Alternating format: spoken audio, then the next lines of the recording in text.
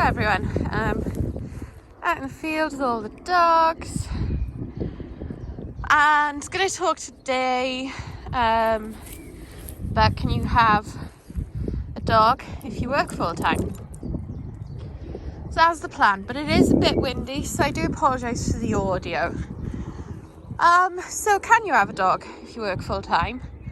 Yes, but you've got to have plans in place of what the dog's going to be doing during the day while you're at work. So you'd need to have arrangements for somebody to check in at least once, if not twice, on the dog. So I know some of my puppy owners, you're eating flowers or grass, Jude? Grass. So some people have a family member to pop in and let the dog out for a bit of time out in the garden, or maybe take them for a walk, spend a little bit of time with them during the day. I know other owners pop home at lunchtime to do the same thing, and then other owners of ours arrange for either doggy daycare or a dog walker to come in and take the dog out for an hour. So all of those things work really well, because you cannot leave a dog for 8 to 12 hours on their own without at least having access to a garden to relieve themselves. So you need to have plans in place for those sorts of things, to keep the dog happy and occupied. You also need to be prepared to get up, I don't know, an hour earlier to take the dog out for an hour before you go to work. You'd also need to be prepared to do something similar in the afternoon, evening, when you get back from work. So there's no saying you couldn't have a dog. It's just have plans in place of what to do with said dog while you're out. And this applies to all dogs, not just Dalmatians. And then you need to prepare all dogs, puppies, adult dogs that have spent lockdown with you, on how to be alone and to build up their time and their tolerance for being alone. So it could be they're just in a separate room while you cook, while you have a bath. Then they're in the house while you pop to the shop. Then, they're in the house while you take the kids to the park for an hour or two. You just build up their tolerance for being alone. You guys, you've done nothing but roll all day, Banana. Since we've been out in the field, you just all want to roll. Are you enjoying that? Are you enjoying that? You were funny. You were funny, Banana. Are you a sweet pea? You're a sweet pea. Yeah. Hey, Raven. So, yeah, have somebody to come in, let the dog out for a week. Now, with Dalmatians, this is especially important. Personally, I wouldn't leave them more than 4 hours without having a chance to get out and empty their bladder, with the stone and purine issue. And I know other people who've actually got some sort of utility room where they can leave, in a very secure garden, where they can leave the door open and the dogs can go in and out as they please. Now, I'd still want somebody to check on them at least once during that time to make sure all is okay. But you know, things like that can and do work, are options for people.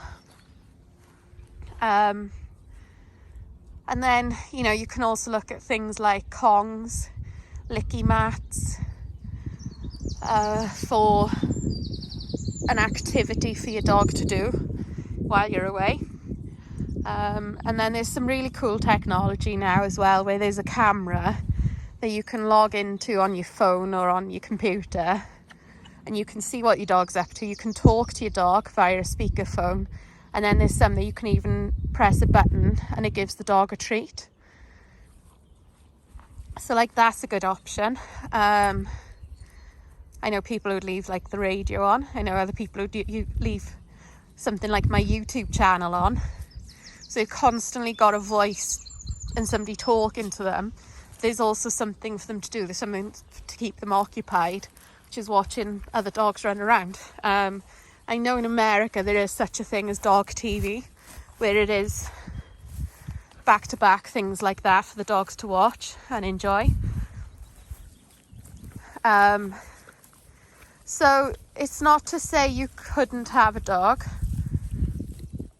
if you work full-time, but you've just got to have a plan of what they're going to do during the day while you're not there. Personally, I'd say a dog walker to come in at the middle of the day is a really good plan. So you know, for an hour during the day, the time that you're out, your dog's running around, playing, emptying its bladder, relieving itself as much as possible. And you know, usually dog walkers take them out in a group, so it's a bit more socialization. It's a bit more tiring with all the social interaction. So yeah, good plan to do. Doggy daycare can and does work well, but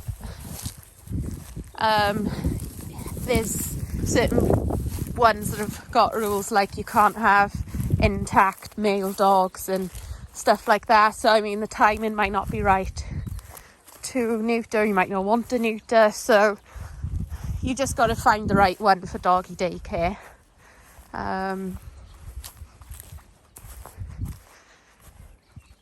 And then, yeah, it's a commitment. All dogs are a commitment, whether you work full-time or not. And,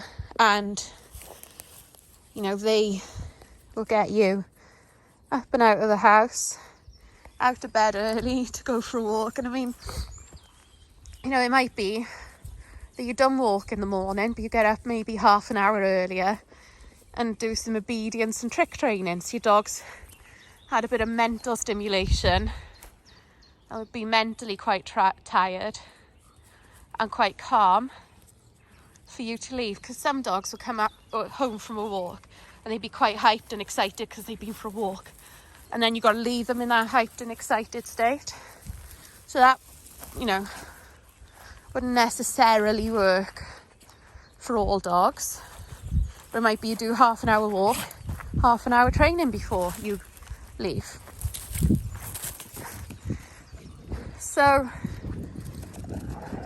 yeah, we never say people can't work and have one of our dogs, but we always would ask them what they do and what they plan to do and what their hours are. Nala! Nala! Hot.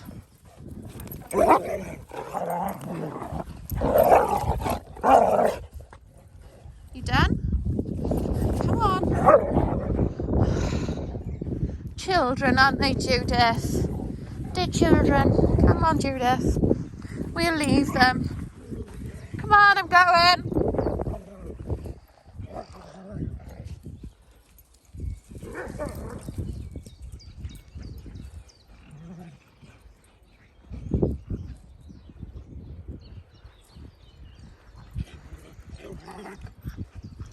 So yeah, we always make sure they have plans in place. And I mean, it might be that they're a couple and they work shifts, so there'll be one day a week where they have to arrange for a dog walker or something because the way their shift patterns work. So anyway, yeah, it's doable. Where there's a will, there's a way, and you just gotta, you know, take into account and consideration that the dog will want something before you go to work. It'll definitely want something when you get back from work, walk-wise, training-wise, activity-wise. It might be going to a training club, I don't know. And then it needs to be, somebody needs to check in on the dog at least once a day. Whether that's family member, whether that's friend, neighbour, dog walker. You know, you can just think of all these things, and you know, it might be you go and visit doggy daycares, it might be you go and talk to dog walkers, visit them, go for a walk with them before you even get your puppy. So you're vetting them and checking in on them before you get your puppy. So you have really made that sort of commitment to making sure your dog, your puppy's fine before you get them. So, oh my gosh, how are you? Through the legs again, are you? You lunatic. So yeah, anyway, that's my take on it, and I feel like it's a very rational and sensible take, that you just gotta make provisions for your dog. And you know, it might be that there's some very dedicated people that get up and go for a run or a bike ride before work. Well, you just alter that to a dog walk, and eventually your dog can run with you, can cycle with you in the mornings when they're old enough and fit enough. So yeah, anyway, I'm gonna leave this here, and shall see you all soon. Bye.